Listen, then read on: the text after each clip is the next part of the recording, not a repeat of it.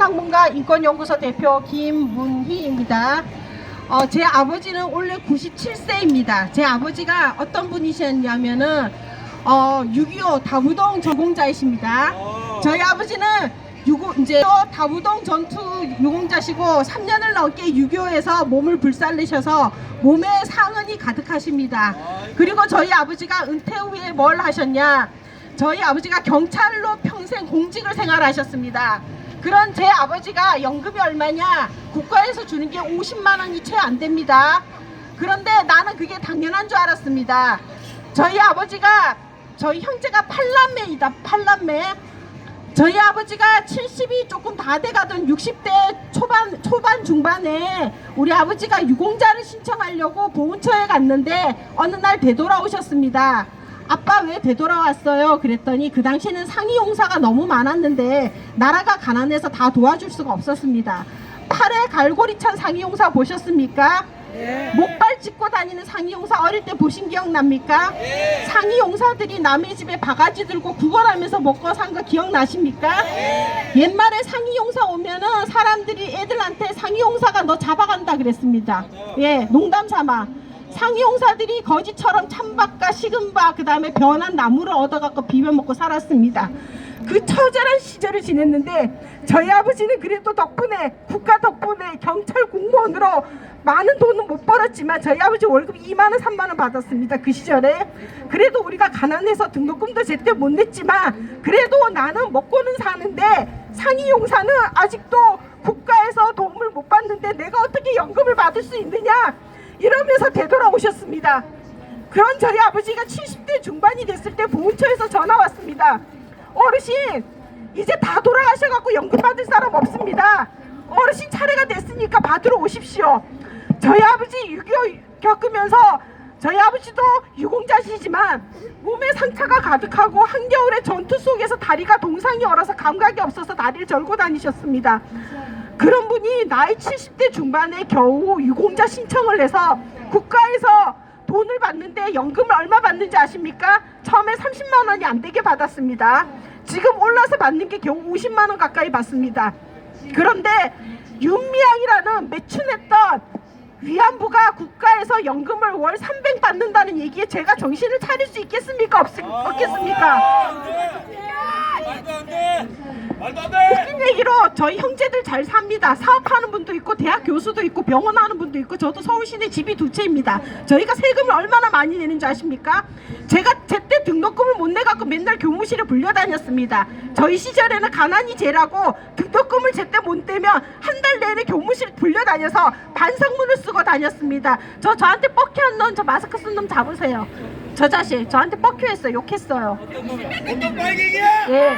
그런데 그렇게 나라를 지켜갖고 세금을 내고 대한민국 발전에 이바지를 했더니 그 세금은 누가 빨아먹냐면 기생충들이 빨아먹습니다. 자, 저는 팩트만 얘기하겠습니다. 우리가 일제시대 때 얼마나 많은 사람들을 조선인들이 위안부로 팔아먹었는지 일본군이 잡아갔는지 누가 팔아먹었는지 제가 그 당시에 나왔던 한국사 데이터베이스라는 우리나라 역사 데이터베이스에 들어가면 이게 다 나와 있습니다. 그대로 발췌한 겁니다. 동아일보 1925년 아들과 짜고 딸을 팔아. 매일신보 1928년 형제가 각각 자기 딸들을 함께 팔아. 동아일보 1930년 도망쳐 나온 딸을 다시 창기로 팔아. 동아일보 1931년 불경기로 딸들을 내다 파는 사람들. 동아일보 1932년 16세 딸 나이를 속이고 팔려다 호적 위조로 발각. 동아일보 1925년 아들과 짜고 딸을 팔아. 매일신보 1928년 형제가 각자 자기 딸들을 함께 팔아. 동아일보 1939년 일단 한 번 팔고 돈을 더 준다 하여 데려와서 다시 팔고. 조선중앙일보 1933년 이혼하고 온 딸이 창피하고 괘씸해서 창기로 팔아. 동아일보 1933년 삼촌이 조카를 팔아. 동아일보 1938년 숙부도 조카를 팔고. 동아일보 1940년 외삼촌도 조카를 팔고. 동아일보 1928년 동생의 아내를 창기로 팔아. 동아일보 1927년 17세 아내를 남편이 창녀로 팔아. 자, 그 뒤로 또 줄줄이 읽겠습니다. 동아일보 1936년 이혼 후 친정집에서도 쫓겨나 남의 집 종살이 하던 중 남편이 찾아내 창기로 팔아 몇 년 후 길에서 마주치자 갑자기 무차별 폭행. 동아일보 1939년 결혼 직후 아내를 만주에 팔아넘긴 사위를 장모가 고소. 매일신보 1900 여기 만주 나왔습니다. 만주에 창기로 팔았다고. 매일신보 1936년 아내는 의주에 팔고 고향 처녀는 만주에 팔려나 미수에 그쳐. 동아일보 1936년 남편에 중독된 의사가 아편값으로 아내를 팔고 자기는 길에서 얼어 죽음. 잘 뒤졌다. 매일신보 1933년 아내 호적을 친구 딸로 위조해서 팔고. 매일신보 1938년 화류계 재산을 탕진한 남편 아내를 작부로 팔고 나서 창녀로 한 번 더 팔아. 동아일보 1937년 총각이라 속이고 동거녀 2년 아내를 창기로 팔고 도주. 동아일보 1940년 강부가 시골 처녀를 취직미끼로 데려와서 동거하다 인육시장에 팔음. 그 당시에 인육시장은 인신매매 시장을 인육시장이라고 했습니다. 매일신보 1937년 아내는 중국으로 처제는 일본으로 아내 친구는 동구 울산 윤곽에 팔아.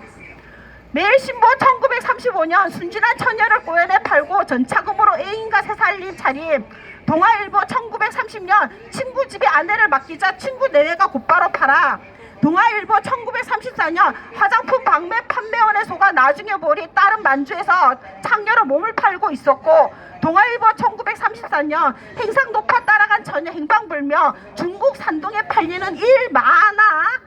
동아일보 1937년 위조 지폐로 잡힌 현지 교무주임 교사 제자 10여 명을 강간 후 창기로 팔아.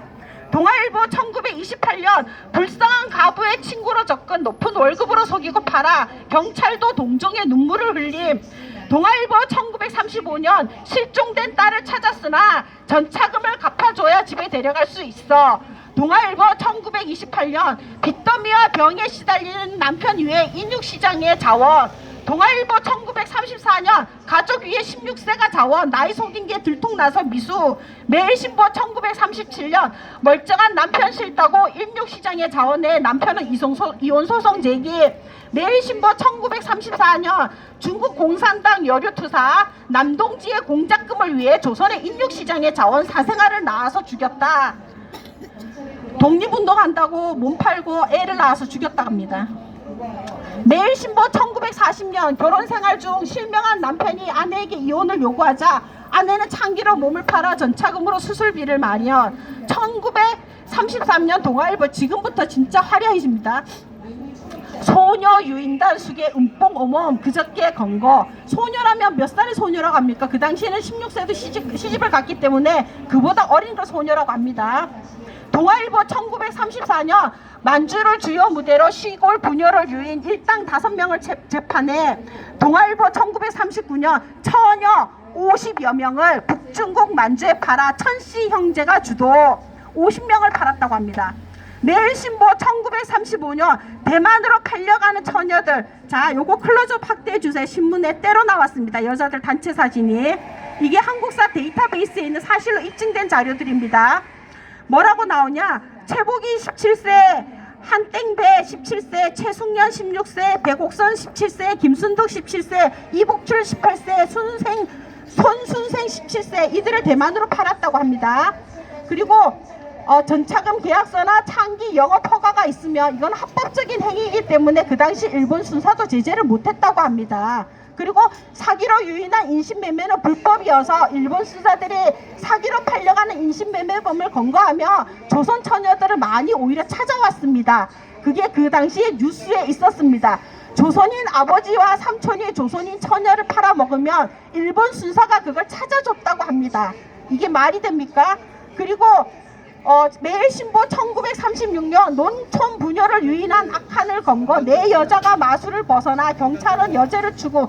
경찰이 납치되는 여자 4명을 찾아줬다고 합니다. 동아일보 1936년 인사속에서 위장한 부녀 유인단 검거 확인된 피해자 12명 공범 계속 추적 중. 네, 집단으로 인신매매범이 있었습니다. 매일신보 1937년 팔리는 농촌 처녀를 의분의 경찰이 구출. 자, 37년에 누가 구출했다고요? 경찰, 네, 농촌에서 팔려가는 처녀들을 경찰이 검거했습니다. 1937년 경찰은 누구일까요? 네, 한국인입니까? 미국인입니까? 네, 일본 순사였습니다. 우리가 팔아먹었다고 하는 일본 순사가 팔려가는 농촌 처녀를 막 구해주고 이 지랄입니다. 자, 동아일보 1938년 유인마 일당 타지 농촌 부녀를 꼬여다 정조를 빼앗고 서대문 경찰서 시내 잠복 중 체포. 또 누가 잡았다고요? 네, 서대문 경찰서에서 잠복해갖고 처녀를 꼬여내 정조를 뺏고 팔려는 걸 잡아냈다고 합니다. 동아일보 1938년 시내 유인마 횡회 14세 처녀 유인 가정에 주의가 필요. 일본 순사가 조선 각 가정에 주의하라고 이렇게 경계 경부 신문도 냈습니다. 14살짜리가 납치되고 있으니까 딸 잘 지키라고 친절하게도 일본 순사들이 일본에서 신문에 공고까지 내줬습니다. 동아일보 1939년 지방의 숨은 잔당을 소탕 배씨 일족의 두모. 자, 무슨 씨라고요? 다나카상도 오나카상도 아니고 배씨 일족이라고 합니다. 배씨 일족. 동아일보 1939년 제2의 하윤명 사건 유인 조직 일망타진 처녀 13명 구출. 처녀를 몇 명 구했다고요? 13명. 자, 악독 소개업자 재산이 속속 드러나 이런 소개업자가 있었다고 합니다. 인신매매. 부산일보, 야, 부산일보도 있습니다. 동아일보만 아니라 1939년 팔아넘긴 부녀자 몇 명인지 자 쇼킹하십시오. 150명에 달해.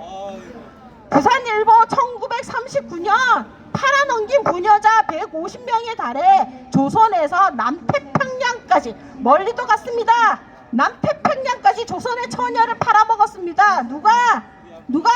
조선의 소개업자 조선인들이 매일신보 1939년 조선 여인 임정자. 자, 임정자 지금 고인이겠습니까? 살아있겠습니까? 고인입니다.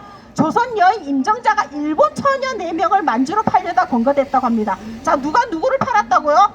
조선인이 일본 처녀 4명을 팔려다 검거가 됐다고 합니다. 우리는 일본인이 조선 처녀를 판 걸로 알고 있는데 여기 매일신보를 보니까 조선인이 그것도 임정자 씨가 조선 여인 임정자 씨가 일본인 처녀 4명을 팔려다가 붙잡혔다고 합니다. 그리고 정대엽 증언집에도 문옥주가 피해자 증언을 하였는데 이 사람도 스스로 같이 일본군한테 끌려간 게 없습니다. 정대엽 증언집 제1권에 문옥주가 뭐라 그랬냐? 여기가 뭐 하는 데냐? 너희들은 돈 받고 안 왔냐? 하고 매춘녀들끼리 얘기했다고 합니다. 자기도 돈 받고 왔다고. 조선중앙일보 1935년 사치한 전차금으로 남편과 호화생활 개성에서 검거. 자, 전차금으로 남편과 호화생활을 했다고 합니다. 사치한 전차금. 사치한 전차금을 누구한테서 뺏었습니까? 매춘녀들. 지들이 팔아먹은 자기들이 운영하는 매춘업소에서 일명 그걸 뭐라 그래요? 공창이라고 하죠. 매춘업소에서 자기네들이 처녀를 몸을 팔아서 그 돈으로 호화생활을 했다고 합니다. 그 뒤로 줄줄이 계속 나오지만 시간 관계상 오늘은 여기서 줄이겠습니다. 네, 더 듣고 싶은 분들 개인적으로 찾아오십시오. 듣고 싶어요. 이런 건이 수백 건입니다. 신문에 실린 것만.